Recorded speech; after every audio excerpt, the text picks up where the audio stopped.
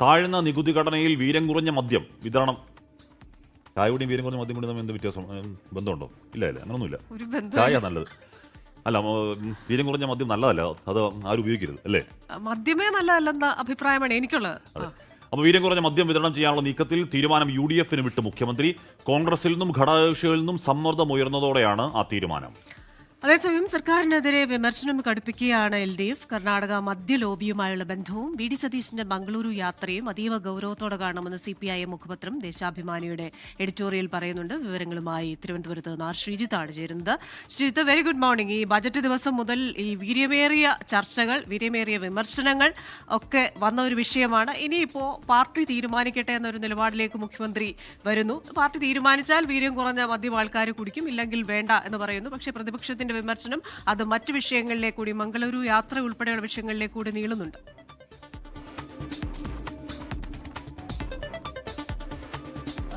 Good morning.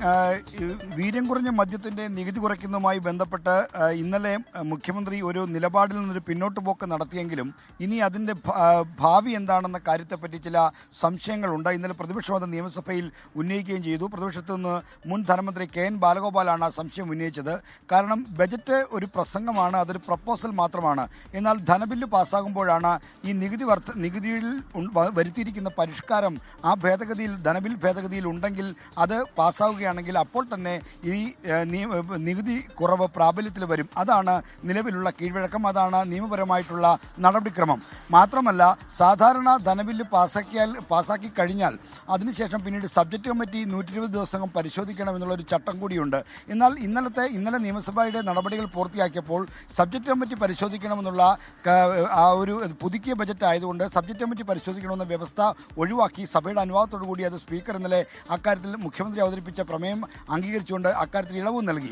അതുകൊണ്ട് തന്നെ ഇത്തവണ ധനബിൽ ഭേദഗതിയിൽ നികുതി കുറവ് വെക്കുകയും അത് പാസ്സാക്കുകയും ചെയ്തു കഴിഞ്ഞാൽ ഉടൻ തന്നെ ഈ നികുതി കുറവ് പ്രാബല്യത്തിൽ വരും. പിന്നീട് ഒരു എക്സിക്യൂട്ടീവ് ഓർഡറിൻ്റെ ആവശ്യം മാത്രമേ ഈ നികുതി കുറവ് പ്രാബല്യത്തിൽ കൊണ്ടുവരാൻ വേണ്ടി വരുന്നുള്ളൂ. അതുകൊണ്ട് തന്നെ UDF-ൽ ചർച്ച ചെയ്യുന്നത് വരെ ഇത് മാറ്റിവെച്ചിരിക്കുന്നു എന്ന് പറയുമ്പോൾ ധനബില്ലിൽ അത് കൊണ്ടുവരുമോ ഇല്ലയോ എന്നതൊരു പ്രസക്തമായ ചോദ്യമാണ്. അതിന് മുഖ്യമന്ത്രി തയ്യാറായേക്കില്ല എന്ന സൂചനയാണ് ഇപ്പോൾ UDF കേന്ദ്രങ്ങളിൽ നിന്ന് വരുന്നത്. മാത്രമല്ല, UDF-ലെ മദ്യനയം വരുന്ന ശേഷം പിന്നീട് ഇപ്പോൾ ധനബില്ല് പാസ്സാക്കും. ഈ ഭേദഗതി നിർദ്ദേശം ധനബില്ലിൻ്റെ ഭാഗമായിരിക്കും. 1-ാം തീയതി അവതരിപ്പിക്കുന്ന ധനബില്ലിൻ്റെ ഭാഗമായിരിക്കും. പിന്നീട് UDF-ൽ ചർച്ച ചെയ്ത ശേഷം മാത്രമേ ഉത്തരവിറക്കൂ, അല്ലെങ്കിൽ നികുതി കുറഞ്ഞ മദ്യം വിൽക്കൂ എന്നുള്ള ഒരു വ്യവസ്ഥയാണ് ഇപ്പോൾ പറയുന്നത്. അല്ലെങ്കിൽ സർക്കാർ പൂർണ്ണമായും ഒരു U-ടേൺ അടിച്ചു എന്നുള്ള ഒരു പ്രതീതി വരും. അങ്ങനെ ഒരു തിരിച്ചടി തനിക്കുണ്ടായി എന്ന് വരാൻ മുഖ്യമന്ത്രി VD സതീശൻ ആഗ്രഹിക്കുന്നില്ല. അതുകൊണ്ടാണ് ഈ ഭേദഗതി ഇപ്പോൾ ധനബില്ലിൽ വരും എന്ന കാര്യം പറയുന്നത്. ഓക്കെ, ശ്രീജിത്താണ് വാർത്തയുടെ വിവരങ്ങൾ നൽകി. എന്തായാലും അത് കുറച്ചുനാൾ കൂടി അത് വളരെ സജീവമായ രാഷ്ട്രീയ ചർച്ചയിൽ നിലനിൽക്കും എന്ന കാര്യത്തിൽ തർക്കം വേണ്ട.